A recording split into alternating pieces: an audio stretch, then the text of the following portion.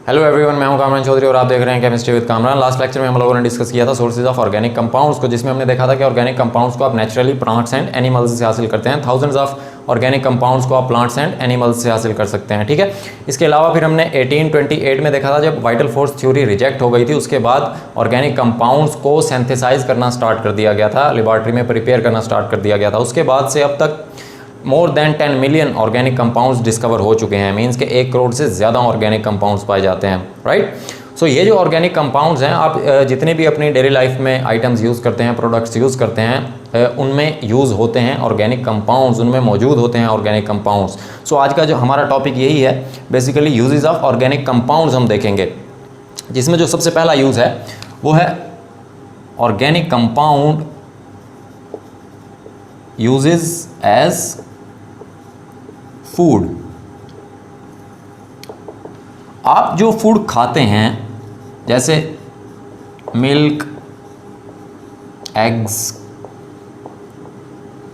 Meet या vegetables, अब इस फूड में क्या मौजूद होते हैं? ये हमने देखा था कि कार्बोहाइड्रेट्स,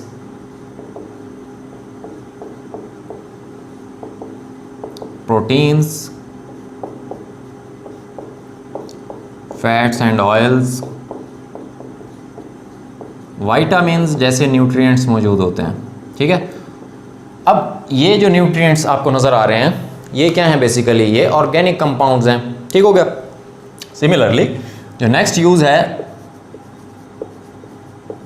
ऑर्गेनिक कंपाउंड का, वो है यूजेस एज क्लोथिंग। हम जो भी कपड़े पहनते हैं, या हमारे बैग्स हैं, हमारे कर्टन्स हैं, हमारी बेड शीट्स हैं, ठीक है, ये तमाम के तमाम जो कपड़े हैं, जो फाइबर्स हैं, ये बेसिकली क्या किस किस चीज़ से मिलकर बने हुए होते हैं? ऑर्गेनिक कंपाउंड्स होते हैं, इनमें ऑर्गेनिक कंपाउंड से मिलकर बने हुए होते हैं। अब ये जो फाइबर्स होते हैं ना, ये 2 तरह के होते हैं, नेचुरल फाइबर्स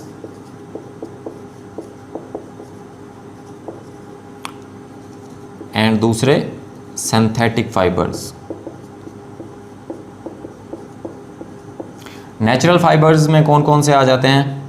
सिल्क, कॉटन, वूल जैसे जो फाइबर्स हैं वो नेचुरल फाइबर्स हैं। इसके अलावा सिंथेटिक फाइबर्स में नायलॉन, डेक्रॉन,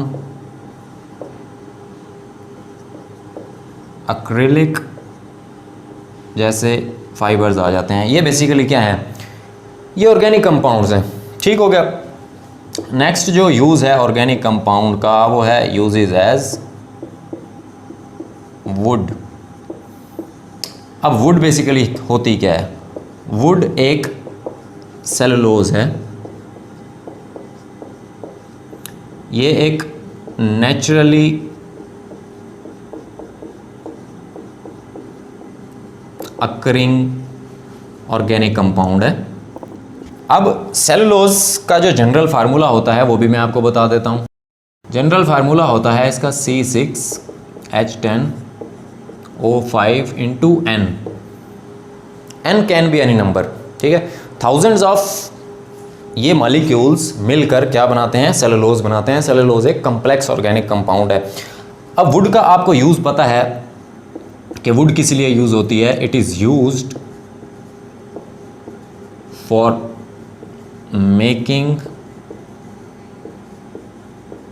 फर्नीचर बनाने के लिए यूज़ होती है, एंड हाउसेस। अब पाकिस्तान में तो वुड के हाउसेस आपको बहुत रेयर देखने को मिलेंगे, ठीक है, बट मैं आपको बता देता हूँ कि जापान और फिनलैंड में मोस्टली जो हाउसेस होते हैं वो लोग वुड के बनाते हैं, ठीक है। ऑर्गेनिक कंपाउंड का जो नेक्स्ट यूज़ है वो है uses as fuel. Last lecture में हम लोगों ने जैसे देखा था सोर्सेज ऑफ ऑर्गेनिक कंपाउंड, जो मेजर सोर्सेज हैं ऑर्गेनिक कंपाउंड्स के, वो कौन कौन से हैं? Coal, petroleum and natural gas. इनको आप क्या बोलते हैं? ये बेसिकली फॉसिल फ्यूल्स हैं। फॉसिल फ्यूल्स क्या होते हैं? हम पढ़ चुके हैं कि जब प्लांट्स डेड हो जाते हैं सो मिलियंस ऑफ ईयर्स के बाद वो किन चीज़ में कन्वर्ट हो जाते हैं, फॉसिल फ्यूल्स में कन्वर्ट हो जाते हैं। इन 3 प्रोडक्ट्स को आप क्या बोलते हैं, फॉसिल फ्यूल्स बोलते हैं। ये जो ड्यूरेशन है प्लांट्स के डेड होने के बाद, ये ड्यूरेशन कितनी होती है, 500 मिलियन साल बाद, ठीक है, या कभी कभी 650 मिलियन साल भी गुजर जाते हैं फॉसिल फ्यूल्स बनते वक्त, right. So these fossil fuels are used as fuel. अब हम इनको एज ए फ्यूल ऑटोमोबाइल्स में, गाड़ियों में यूज़ करते हैं, घरों में यूज़ करते हैं, इंडस्ट्रीज़ में यूज़ करते हैं, राइट। नेक्स्ट जो यूज़ है ऑर्गेनिक कंपाउंड का, वो है यूजेज एज मेडिसिन्स।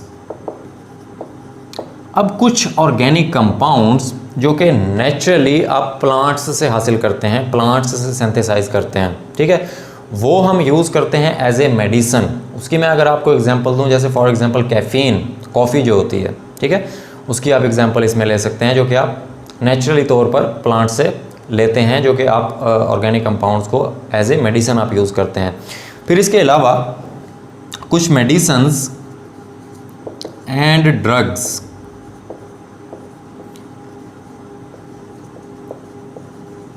जैसे एंटीबायोटिक्स हैं, राइट। एंटीबायोटिक्स क्या होती हैं, दैट इनहिबिट और किल माइक्रो ऑर्गेनिजम्स। ये ऐसी मेडिसिन्स होती हैं जो कि बैक्टीरियाज को, जरासीमों को क्या करती हैं, मारने के लिए यूज़ होती हैं या उनको रोकने के लिए यूज़ होती हैं। ऐसे जरासीम या ऐसे बैक्टीरिया जो कि इन्फेक्शन क्रिएट करते हैं, ठीक है। इन एंटीबायोटिक्स को, इन मेडिसिन्स को आप खुद से लैब में प्रिपेयर करते हैं। दीज आर ऑर्गेनिक कंपाउंड्स, ठीक हो गया। नेक्स्ट जो ऑर्गेनिक कंपाउंड का यूज़ है वो है यूजेज एज रॉ मटेरियल। अब सबसे पहले तो मैं आपको ये बता दूं कि ये रॉ मटेरियल क्या होता है। रॉ मटेरियल कोई भी ऐसा मटेरियल होता है, ऐसा प्रोडक्ट्स होते हैं, ऐसा सामान कह सकते हो आप, जो कि बेसिक मटेरियल होता है किसी भी चीज़ को बनाने के लिए, ठीक है। किसी भी चीज़ को आपने सिंथेसाइज करना है, किसी भी चीज़ को बनाना है, तो उस चीज़ के लिए जो आप बेसिक मटेरियल्स इकट्ठा करते हैं उसको आप क्या बोलते हैं, रॉ मटेरियल बोलते हैं। So organic compounds raw material के तौर पे यूज़ होते हैं, किस लिए, for the preparation of plastics, rubber, paints, dyes, varnishes, ink,